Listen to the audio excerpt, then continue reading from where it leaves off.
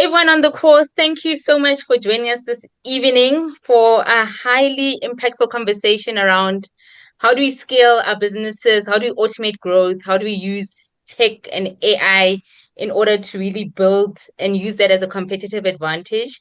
And my name is Kutlwano Ngwarati. I'm the founder and CEO of Harises AI, and I'm honored to be your moderator for this evening, hosting these phenomenal women who I'm going to allow to introduce themselves in a moment. But before then, I just really want to encourage everyone on the call that this is an interactive conversation. So please feel free to, drop your questions, comments in the chat. I will be manning that throughout. So if you have a question or you feel you want to double down on anything that Saniya or Fikile or Refilwe have said, feel free to do that. And I'll hand over to Saniya to just quickly introduce herself and tell us all about her wonderful accolades. Sure. Thank you. You're too kind. But you guys can hear me, right? Yes. Okay, perfect. So I'm a management consultant. I also have a consulting company, which we've expanded into a performance company. And what we do is we take soft skills and we operationalize it. Now, what does that mean? That means we take skills like communication, leadership, time management, and we make it into a repeatable, trainable, skill set that teams can use, and it's a direct impact on how efficient they become and how much they start enjoying work. Because things that are drainers kind of like go away, and we put in energizers that make their work easier and funner to do. Thank you so much for that. And I'm going to double down because you spoke about, your product is really a soft skills, right? And I want us to, but I'll ask that question at a later stage as to how do you actually productize soft skills. But Refilwe, please introduce yourself, our 2024 Valve bold winner. I need a drum roll. Kutlwano, thank you so much. It's always a privilege to share stages with you. I think your energy is extremely contagious, so thank you. I'm really just a girl who's extremely passionate about impact, and I think every time we are doing a project or we're starting a new business, I'm the one who's always asking, how is this going to change the lives of people? So I think beyond many accolades and many amazing things that I've had a privilege to do, one thing that is very close to my heart and remains close to my heart is impact, because I've seen that when businesses are built from impact and we are able to change the lives of people, that impact is often replicated in communities, And I think from a clean cooking perspective, which is a project that we've recently started through Hakem Energies, is exactly that, that we are going to really eradicate energy poverty. And like I always say, we are going to change the lives of people, one life, one family, one community at a time. I think that's the most important aspect of who I am. Yeah. Oh, thank you. I think that's so beautiful. And I think with all the businesses you've actually established, that impact and community continues to really shine through. Fikile, please introduce yourself. Hi everyone. I am Fikile Mdiniso. I am a leader in tech, and I'm also a social entrepreneur. Basically, what I do on a day-to-day basis, I'm in corporate. I run a team of data engineers, data scientists, and data analysts. So basically, I'm in the whole data stack, leading the whole data stack. So yeah, it feels great to be here to actually share my story, my passion, and my profession. And I think my story with impact started earlier on in my career. I think I always felt like the lonely one amongst the guys doing coding, and I was like, we cannot be proud of being the only something, some way. What is happening to the young girl that is not as brave as I was? Because there can only be a few of us that have that bravery and grit to say, I'm going to actually enter the space and I'm going to show up and so if I manage to do that, that means that I can actually pay it forward and actually use that to empower others. So I think that's where my impact story came about. So yeah, looking forward to engaging tonight. Thank you so much for that. And I think what you just said is just so powerful around the bravery to really pursue some of these interesting or where women aren't seen, these industries where women are quite rare. And I think all of us on the call really reflect that, which is why I invited specifically all of us to have this conversation this evening. But you also mentioned around, your role and how demanding it is. But then you also founded Infinite Tech Space. And so I want you to unpack for us, especially around where women feel like I can't have it all. Here you are doing your social impact, and then here you are also in a demanding role. What are the type of systems you then use to manage both? And what's the word of advice you then say to the next woman that feels like I have to choose between community work versus actually building my career? To be honest, thank you so much, Kutlwano, for that question. To be honest, I don't feel that there is any point that you should limit yourself, because I think it starts with how you want to brand yourself. Because I think for me, I built a strong case for my social entrepreneurship, because already internally in my workplace, I was performing. I was actually known for performing. I was actually known for being like the go-to person and actually getting things done. So if you're worried about obviously having to balance both, you definitely need to build a solid ground with where you are. If you're employed, you have to build that confidence as a professional first, and you need to actually, your brand actually needs to be an all-rounder. You can't just be one person outside and be one person on the inside. So for me, I find what has worked so much is that I've made myself visible. I'm currently a mentor for my organization. So I'm always the one to raise a hand as well in terms of social impact initiatives. So when they see me on LinkedIn that, oh, Fikile is actually a founder of a similar initiative, they're like, okay, this is Fikile. This is the Fikile that's contributing to the company. So I think you need to be strategic in terms of how you do it so that it doesn't become kind of like a conflict or you become divided. So yeah, that's how I've found a way to actually build it in, to actually sell it to even my leaders, to be like, okay, this person is doing this, we're not surprised. Even here at work, when we say mentorship program, she raises her hand. So yeah, definitely. I think that's a tip I would like to give our audience here tonight. Yeah. Yeah. I mean, thank you. And you mentioned something around don't limit yourself. And then you also said build a solid ground. And so, Refilwe, I want you to reflect, because when I posted your 6 businesses, the first thing I got was, did you launch them all at the same time, right? And so, in terms of not limiting yourself, you are absolutely expanding, but then also in terms of, building a solid ground as you expand your businesses. And so, I'd like you to just tell us on some of the mindset shifts that you had to do, and also, how did you build those businesses without any external funding?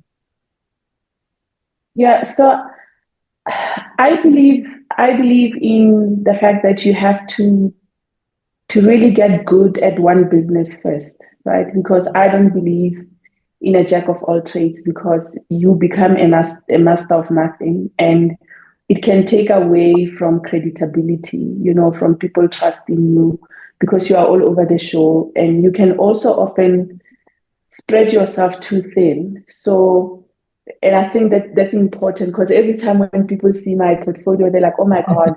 And I always say that I built one business for 7 years. And once we had solidified that business, that's when we could start looking at, and they are connected, by the way, Kutlwano, right? So for example, we built a business that was in PPE and textile manufacturing. And the second business that we bought into was a printing business, because we did a lot of printing external. So to strengthen our value proposition, we got into a printing business.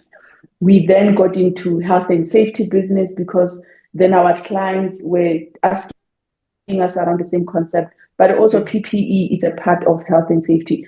So they are also connected in a way. And for me, it was really the fascination of owning value chains, right? I've always had a fascination of understanding value chains, owning value chains, because then you can control your value proposition much better, right?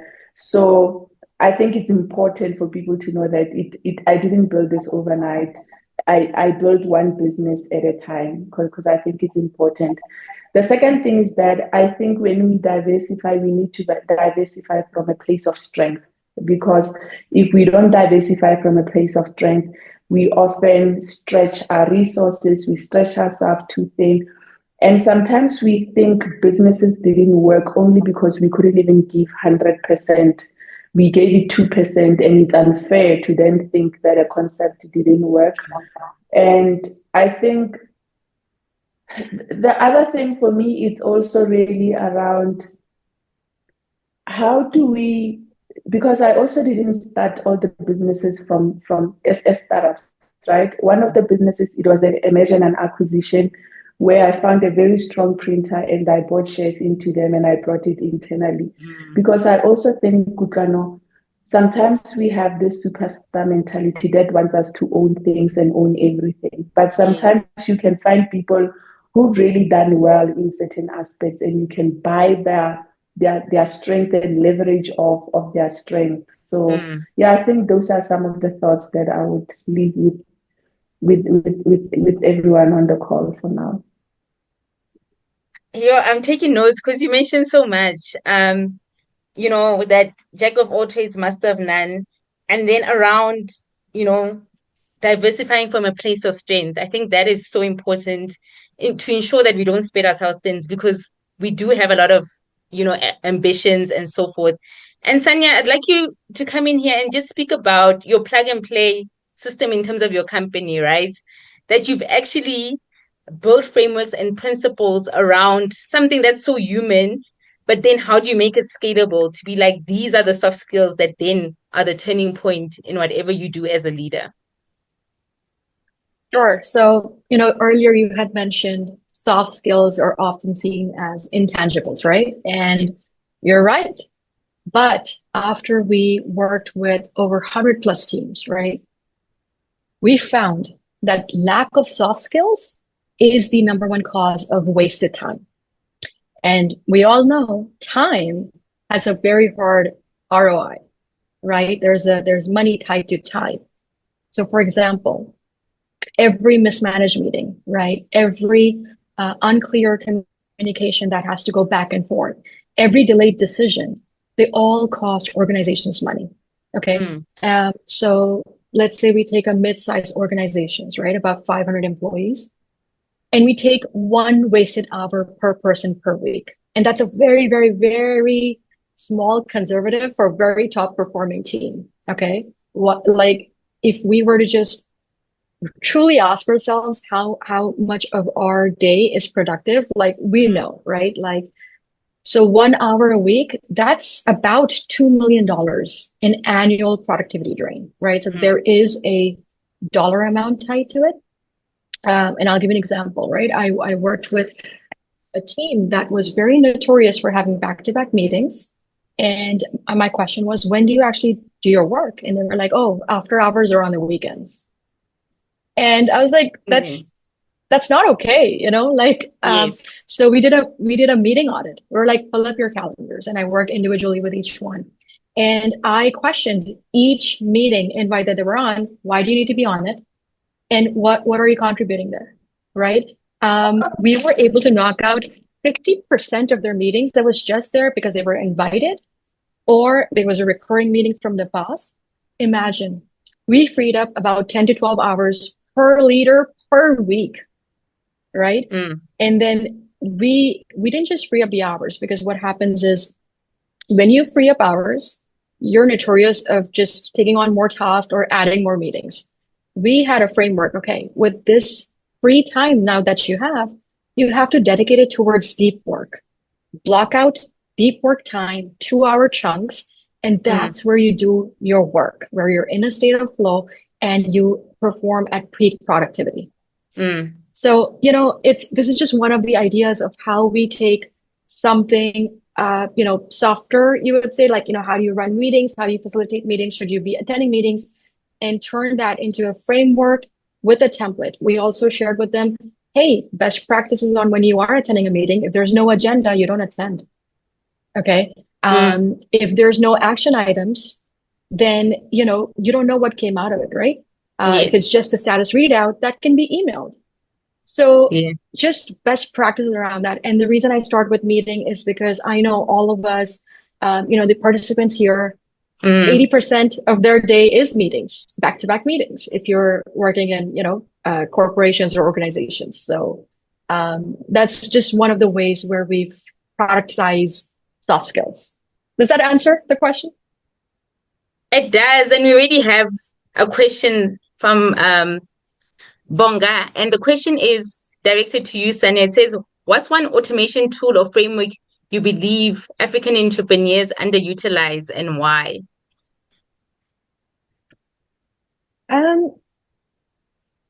Okay, so I'll tell you, I wouldn't be able to tell you market research on what African entrepreneurs would utilize, but here's something that I can tell you that I've seen work in my personal practice too, right?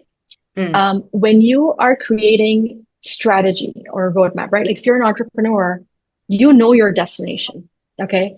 And you have a way to get there, right? Use AI tool. I would say start with ChatGPT, free version, and have it act as a business advisor or a sounding board and tell you what your blind spots are, right? Tell you, hey, what are some of the risks that I'm not able to see? Yes. Like use it as an advisor, right? So AI tools, ChatGPT, they're all trained on past data. But what they're really good at is pattern detection. And you can use lessons learned from past leaders to not make the same mistakes again. So use it as an educational tool.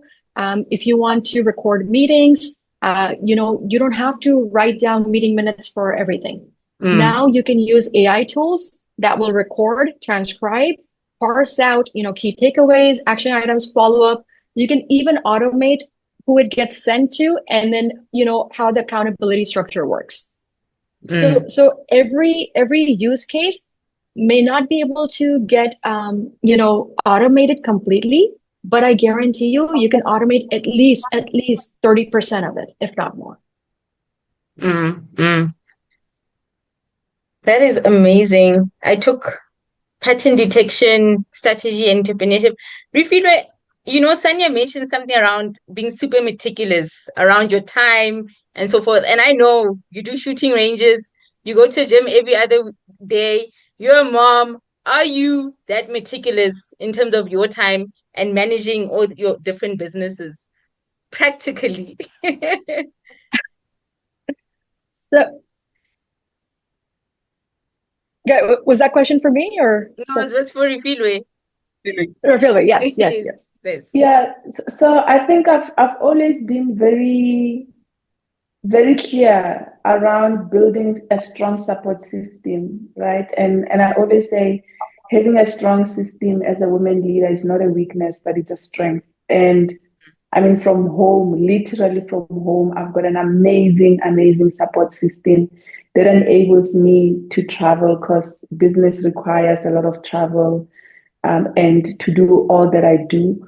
But even when I build teams, Kutlwano, I make sure that, so I do yearly audits, self-audits, where I'm trying to figure out what is my strengths, what are things that I'm really, really good at, and what are things that I struggle with. And as I build teams, I make sure I surround myself with people who are extremely good at the things that I'm not good at. And that's the kind of support structure that I work on, because then it truly enables me to always have an eagle eye view as a leader and not work in the business, but work on the business, right? I've also been privileged to really have fantastic business partners. I know business partners is something that entrepreneurs don't like. They don't like talking about.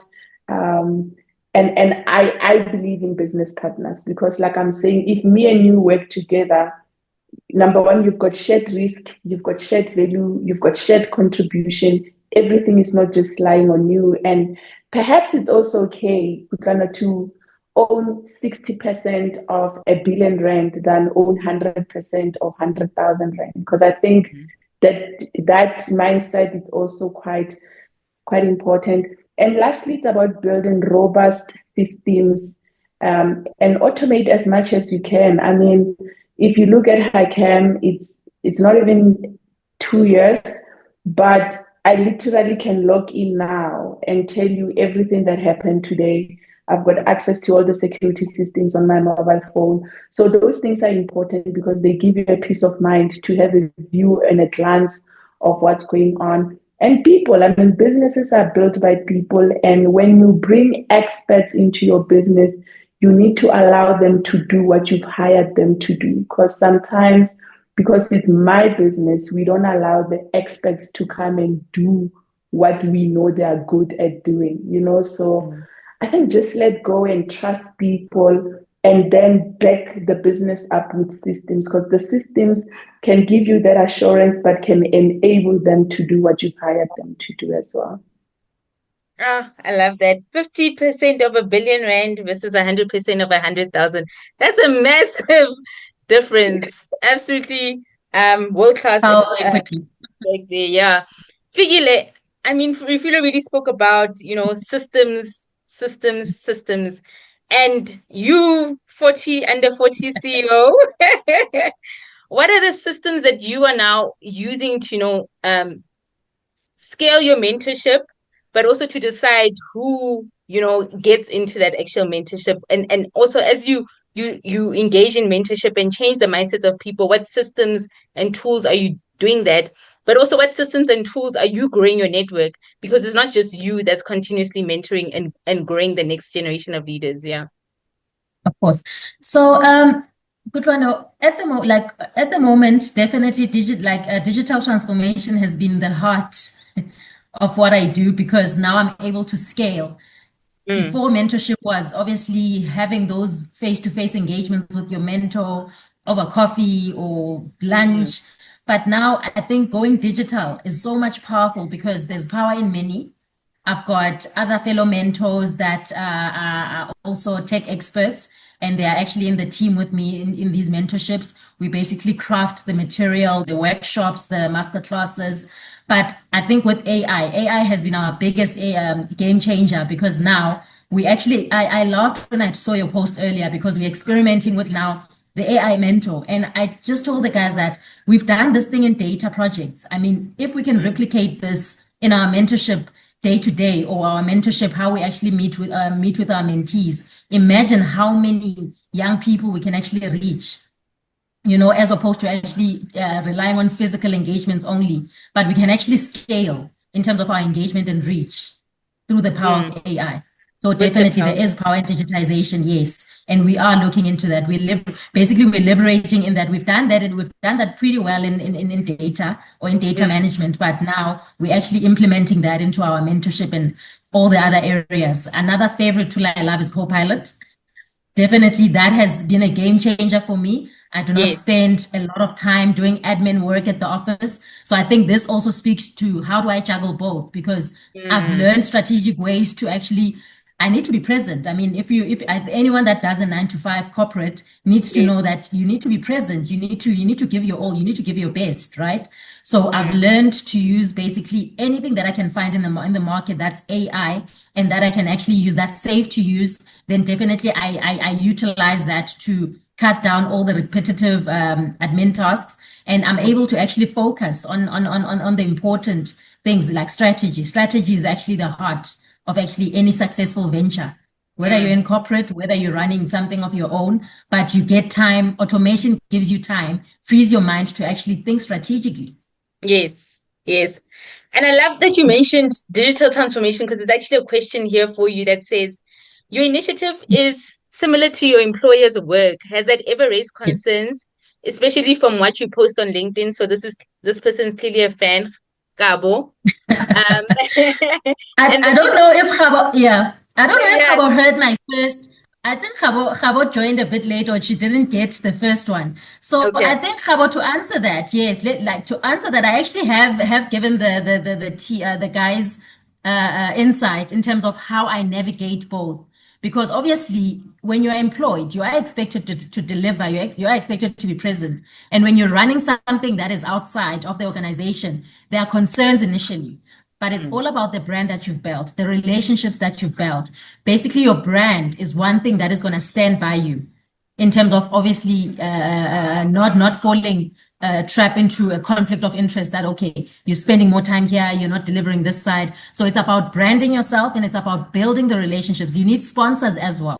That's why sponsorship and mentorship is important in any person that is in corporate, especially as you go higher and you want to do more. You want to be impactful. Definitely, you're going to need sponsors. You're going to need mentors internally in the organization.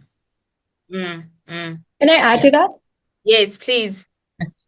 Great points. I just want to add one tiny thing. If you tie your deliverable to outcome rather than time spent working on it, I think it becomes a very easy conversation because everything that you're tasked to do, you're actually delivering that and going overboard, right?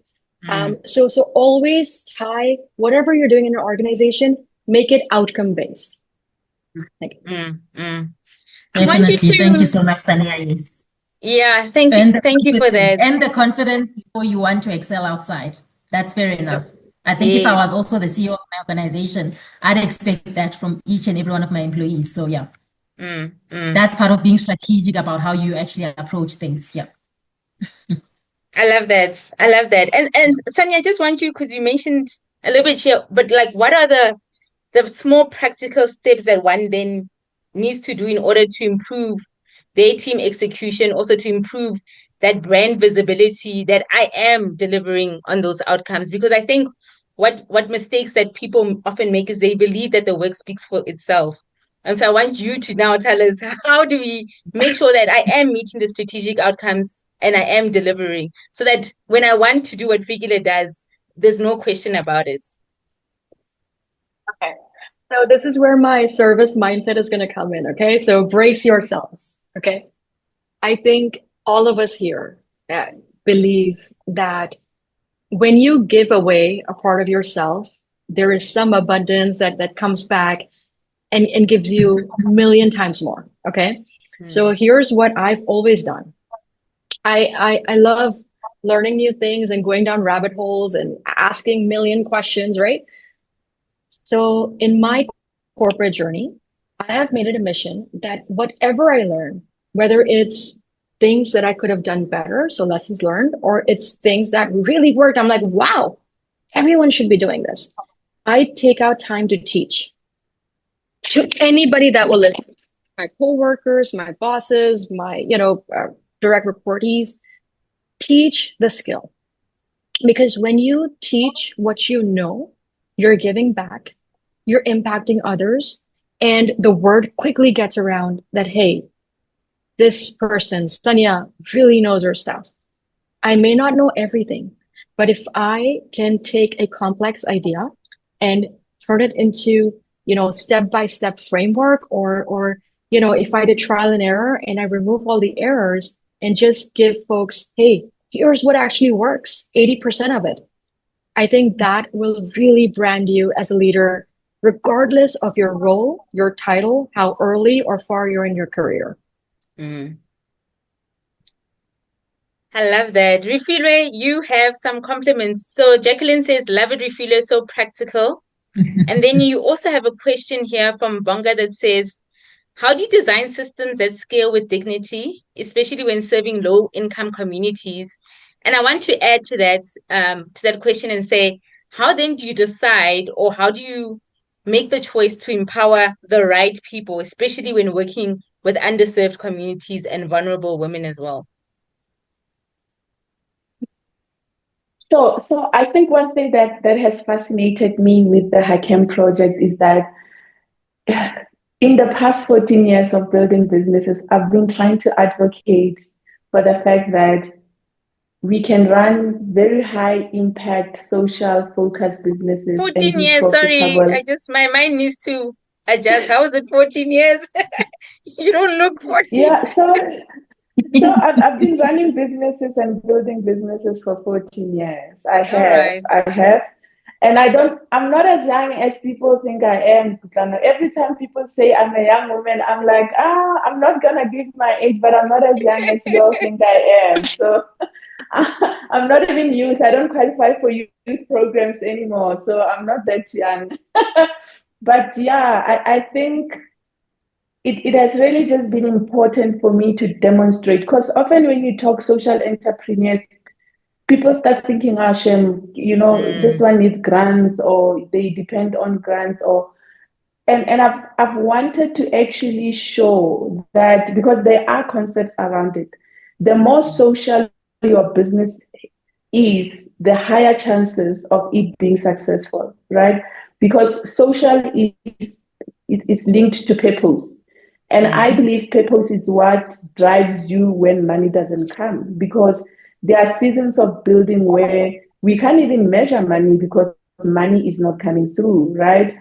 And some of the things that has helped is to also be very deliberate about your goals, your vision, and it has to be measurable goals as well, not wishy-washy dreamland goals, right? They have to be measurable, and you have to consistently, because I think the other thing that we're not doing well as businesses is that we have these amazing things at the beginning of the year. We put them on the wall of the offices. If you walk in, it looks like we've got a strategy. It looks beautiful, but we are not implementing, right? And I always say, knowledge is no longer the power, but implementation of what we know has become the power. So no matter how beautiful these things are and they look, I think we really, really have to be deliberate about implementing things. For me, Kutlwano, I always say that one of the things that keeps me humble is the fact that I know I've made it because somebody believed in me. Somebody took a chance. Somebody wanted to back me up. Somebody started being my sponsor. Somebody started introducing me. I mean, literally before we got in the call, I updated my status because I just got a call to be in a massive room because somebody mentioned my name, right? And I then do think it's a social responsibility for each and every one of us, including myself, to pay it forward, right? Because if I can say I've made it because somebody was there to lobby or to advocate for me, perhaps for me, it's a moral obligation that I need to pay it forward and do it. And I think investing in marginalized communities, we need to accept that it's not business as usual, right? It cannot be about tick box exercises. You have to have the heart to do the work. You have to be prepared to be undermined, to be misunderstood, to be discouraged. Because it's almost like you are going into places where people have never been into.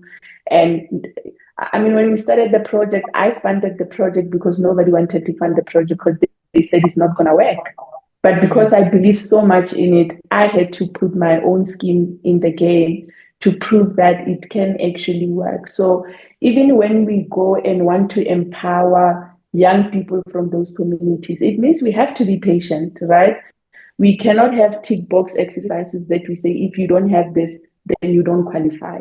It means if you don't have this, we will help you to qualify. We are the one who will make sure that you need this certificate, and we'll go and make sure you get the certificate so that we qualify. Because often we want experience, we want certificates, we want to do this. But if we are not raising the hand to be the one who gives them access to those things, it also means we are somehow create a system that excludes them, right? And I think for me, lastly, transition, it's about starting where you are with what we have, and context then becomes extremely critical. Sure. So powerful. I mean, it is our social responsibility to pay it forward. Absolutely love that. Saniya, we have comments here that says that's powerful, taking our time to teach and empower. Really love that. Then another comment says, yes, Saniya, this is one of the values that I strive to hold on to. Teaching is the way to give back. And then there's a question here that asks that if I were to, from currently where I'm at as a leader, to then become CEO, what are some of those systems, just looking at your experience, that CEOs or their calendar or their systems look more different from where people currently are? Okay, good question. So let me ask a follow-up question, and you can type on the chat. Are you looking for path to promotion, and what's the way to do that? Or are you looking at would C-level execs be working on different things, and how do I train myself to get there? Okay, I think the person will respond, but let's assume the second one. It's the workflows that they work on. Yeah. Okay. So here's what I've seen worked. Here's something I've tried when in corporations when I was looking at promotions. And again, it's something that I've built a framework around because anything that repeats, anything that has a pattern, I really like to put down step 1, 2, 3, 4. Okay. So if I want to take the position of somebody who's above me, right? What do I do first? I observe. I observe and ask myself the hard question: do I want that? Right? We often see, what execs have, but do I want to pay the price for that? Okay. So once, what I see a lot of smiles here. Once you are like, yes, I'm willing to pay the price. That's what I want. It's my true calling. Then it becomes very systemized. Okay. You sit with them. Don't be afraid. Sit with them. Be like, hi, I'm looking to be where you are in the next, couple of years. What are some things I can help you with? And see, now this will require you to go above and beyond because you already have your day job. Yes. You're already doing something, that's taking up your whole day. And that's where prioritization and time management comes in, which we teach, but I won't get into it right now. But you carve out 1 hour a day where you're going to dedicate to just learning, either by shadowing, by working on a mini project, or by adding some kind of value where you can actually do the work, right? So you won't get to see the pressures that an exec feels, but you'd be able to at least see the type of work that they do. Then you have to get creative and figure out, how would I do that better? How would I do it faster, cheaper, more efficiently? What is my take on it? What is my twist on it, right? And you share that. You share that with the exec. You're like, hey, have you thought about doing it this way? Why would it work? Why would it not work? You see how you're using this as a mentorship opportunity to learn? And when they see your ideas, maybe they'll be like, wow, I never thought of it this way. And this person's really thinking outside the box. You are on their radar. So, that's just one way of doing it. Other ways could be, you go to your HR and you're like, hey, what are the responsibilities for the next level up above me? Right. And what are what am I graded against in my performance review? So you can't be sucking at your job and then wanting to go move up, right? That it's not going to work, right? So you have to be excelling at what your current level is at, and then you have to try to perform at that next level up. But how can you perform if you don't know? So that's where you figure out, all right, the next level up, what are the roles and responsibilities of that person, and how can I do it? And once you start doing those things, either by, volunteering yourself or just taking on more and more, you prove you're already excelling at the role up. And then it becomes a very easy business case to prove that, hey, this should be a no-brainer. I love does that help? Yes. Yes, we feel it. I love what Saniya is saying, especially around, because I've been very deliberate about it, especially I think in the past year, right? Because I think, and you were talking more about somebody who wants to transition, but I think for us who are already there, we also have a responsibility to be as honest and as transparent as possible, Saniya, right? Because you're touching on a very critical issue. Because I think success makes us to be so idolized, right? I then almost have to make sure that I tell the real story, and the price that Saniya is talking about, that has to be paid constantly. Because, Kutlwano, every time you guys see me on LinkedIn, it's because I was in Europe going to celebrate the vineyard dedicated, or that's all you see on social media. But the days I don't have money to cover payroll, and the day I'm in hospital because my body can't keep up with the pressure, I don't say stuff like that. So we are also creating this social media perspective that makes people think it's an easy road, everybody can do it, it's an overnight success and all of that.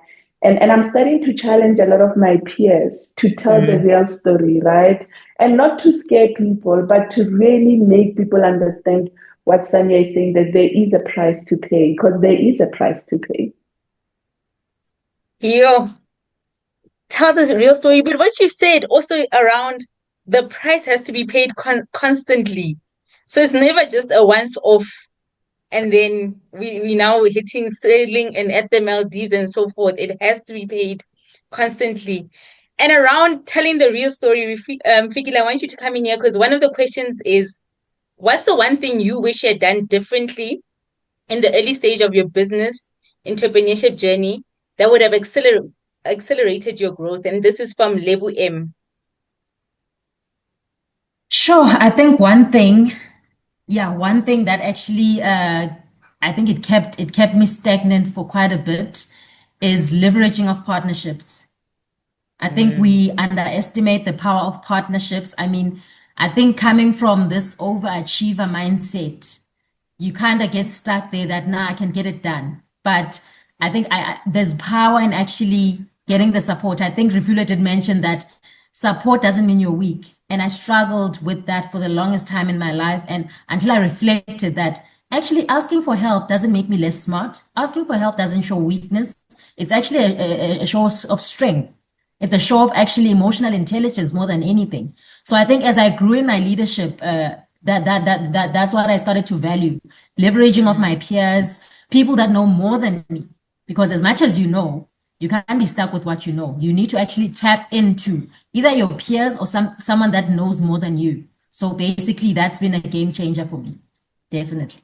Fikile, I just want to add one thing to that, and this is something I've recently learned. Just because you can do it doesn't mean you should. Yeah. Oh, I like that. Yeah. I love that. Thank you so much, Saniya. Yeah, definitely. And around leveraging partnerships also touches on what Refilwe said, right? Around how partnerships has been some of the anchors in her businesses. And Refilwe, I want you to come in here. The chat is a buzz, but guys, I could only have these wonderful ladies for an hour. You heard the elaborate careers and businesses, so we are going to have to cut it short. But Refilwe, one of the questions, let me try and match these questions up. Okay, so it says here, wow, very insightful and powerful what Refilwe just elaborated on. How does one make themselves known with respect in a male-dominant industry and where old school processes are embraced more, especially at executive management level?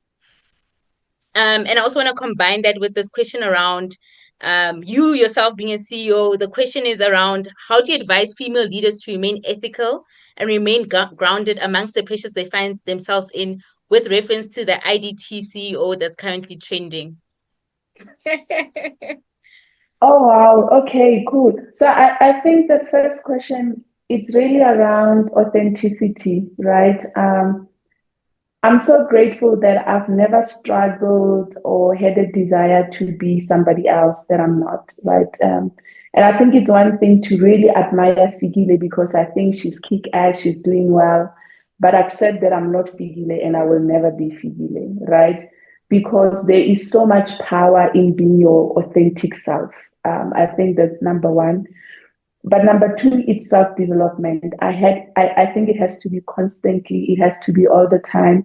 And sometimes we think self-empowerment and self-development, it's only when we go through formal education. But studying, I think we spoke a lot around social media and artificial intelligence.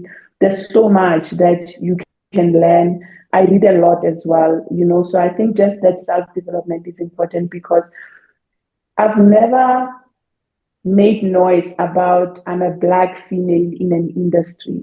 I've always made noise around I'm good at what you do. This is at what I do. This is the value proposition. This is the value that I'm bringing as a business person in this boardroom. Because the reality is, and I've always said this to my team, that I'm a kick-ass businesswoman first before I am a pink or a red or a yellow person. And if I woke up and I'm no longer black, what does it mean? Because I cannot build my businesses on the fact that I'm a black woman, Kutlwano. I need to build my businesses on very strong value proposition and how I'm able to change the lives of people and give real value to my customers. I think that is very, because once you start taking that approach, they know you are not taking chances. They know you know what you're talking about. They can see, right? Nobody can argue with the data talks. Nobody can, even people who didn't believe I could do what I'm doing from a clean cooking and energy poverty perspective. Today they are coming and asking us, how do you think we should do this? Because I've shown, I've demonstrated. Yes. And be consistent, right? Be very, very consistent in what you do. The issues around ethics, guys, for me, it's really around, you need to define your why. You need to define your purpose statement. You need to define your values and teach yourself and your body around those values, because your body will always know when you are actually going against your values, right? And be comfortable to walk away from any relationship or anything that threatens your values. That's how I've always made decisions, and I've been very vocal about them as well. There are deals that the minute I walk in a room and the language, I make it very clear. I made it very vocal. I walk around them and I go, and that's the power of empowerment as well. Because sometimes we compromise because we are not self-empowered. If I get a deal because somebody did something for me, then I'm not self-empowered. Because the day they want what they want, I will have to give it because I know they're gonna take the deal away. So I think self-empowerment becomes very, very important, and values, I think, becomes very, very critical. I'm just gonna read here because that was super, super powerful. I'm also taking notes. I'm sure people are like, why? Because I'm learning so much, right? There's a comment from Ntando that says this session is insightful. I'm glad I joined as an inspiring specialist. I'm learning a lot.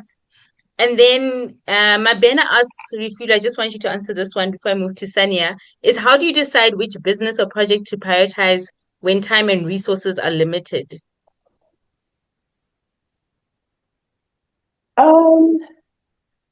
I think for me, I'm really at a place of privilege, and I always declare this because, and the reason why I say this as well is, a friend of mine was trying to venture into business, and I asked them, why do they want to get into business? And they said they are looking for an extra revenue of income. And I think that's a difference, right? Because where I am, I'm now looking for impact projects, meaning I've got the privilege of investing money and I'm comfortable that I can only draw it out after 3, 4, 5 years, right?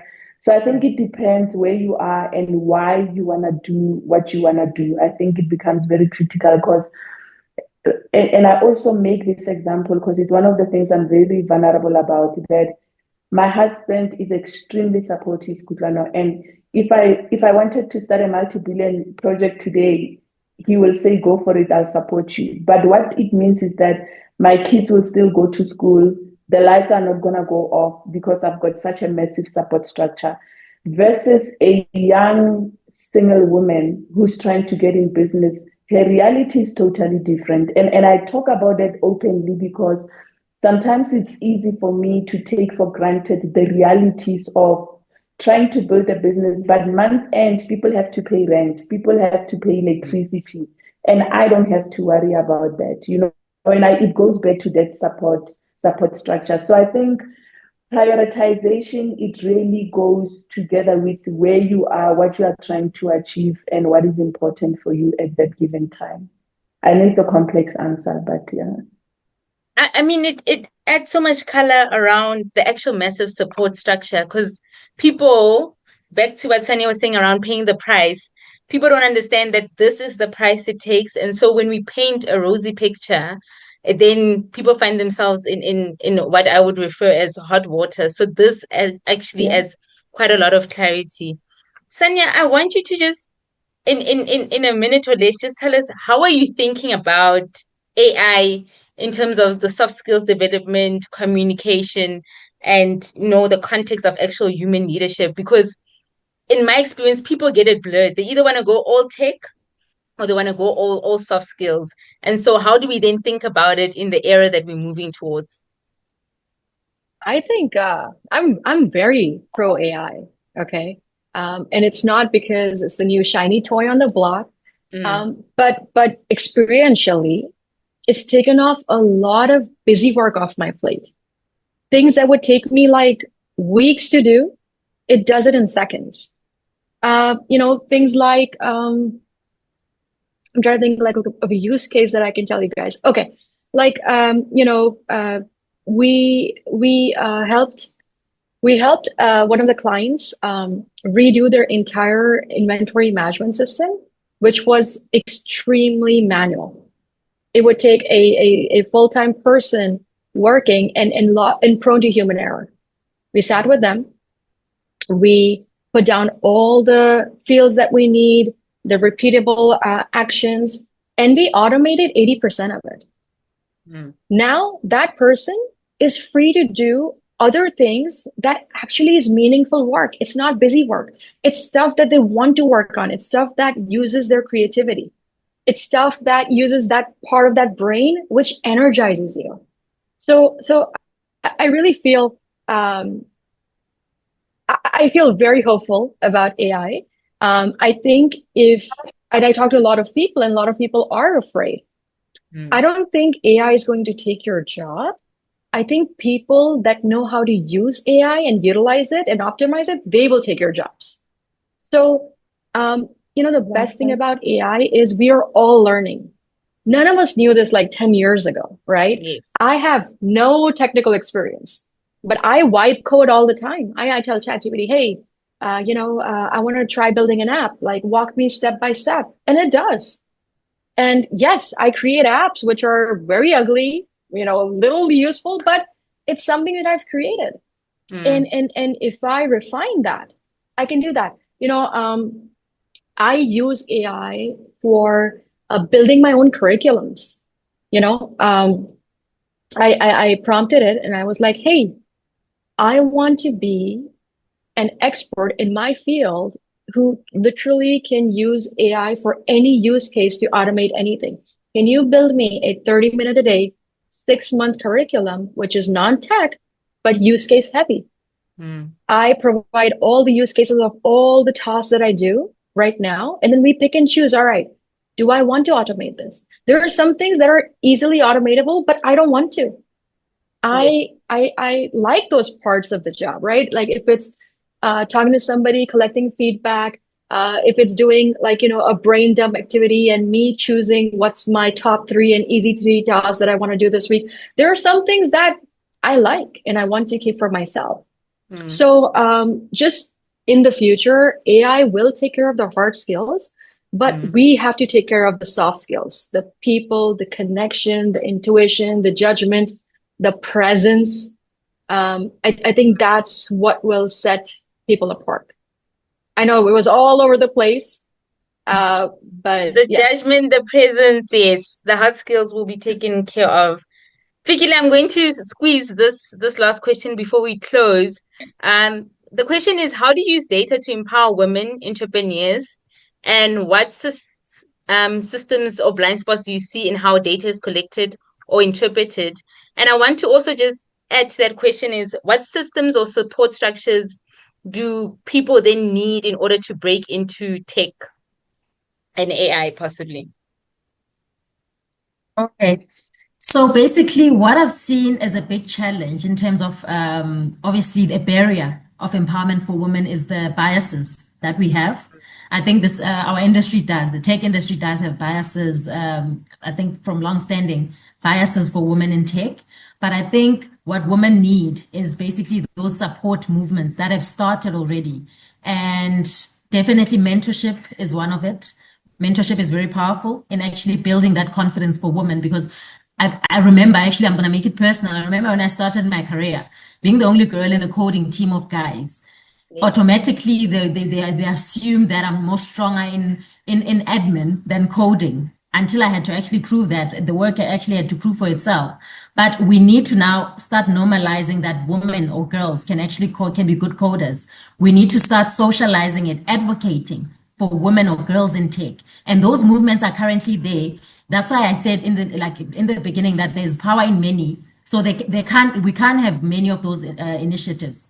If we can actually keep that social impact going, then by 2030, because I think now we're looking at 2030, I see this dream of us having to balance the gender scale, because that is the talk globally. I mean, you go to the World Economic Forum, we're talking about the UN, we're talking about gender equity.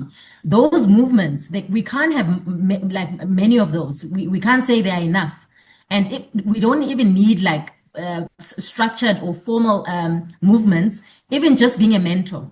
I mean, I can say that about or maybe 90% or even more than 90% of us here are actually in corporate positions where we've got an influence or direct influence to a junior employee. So it starts in those platforms that, okay, you are in the workspace, you're an expert in your field.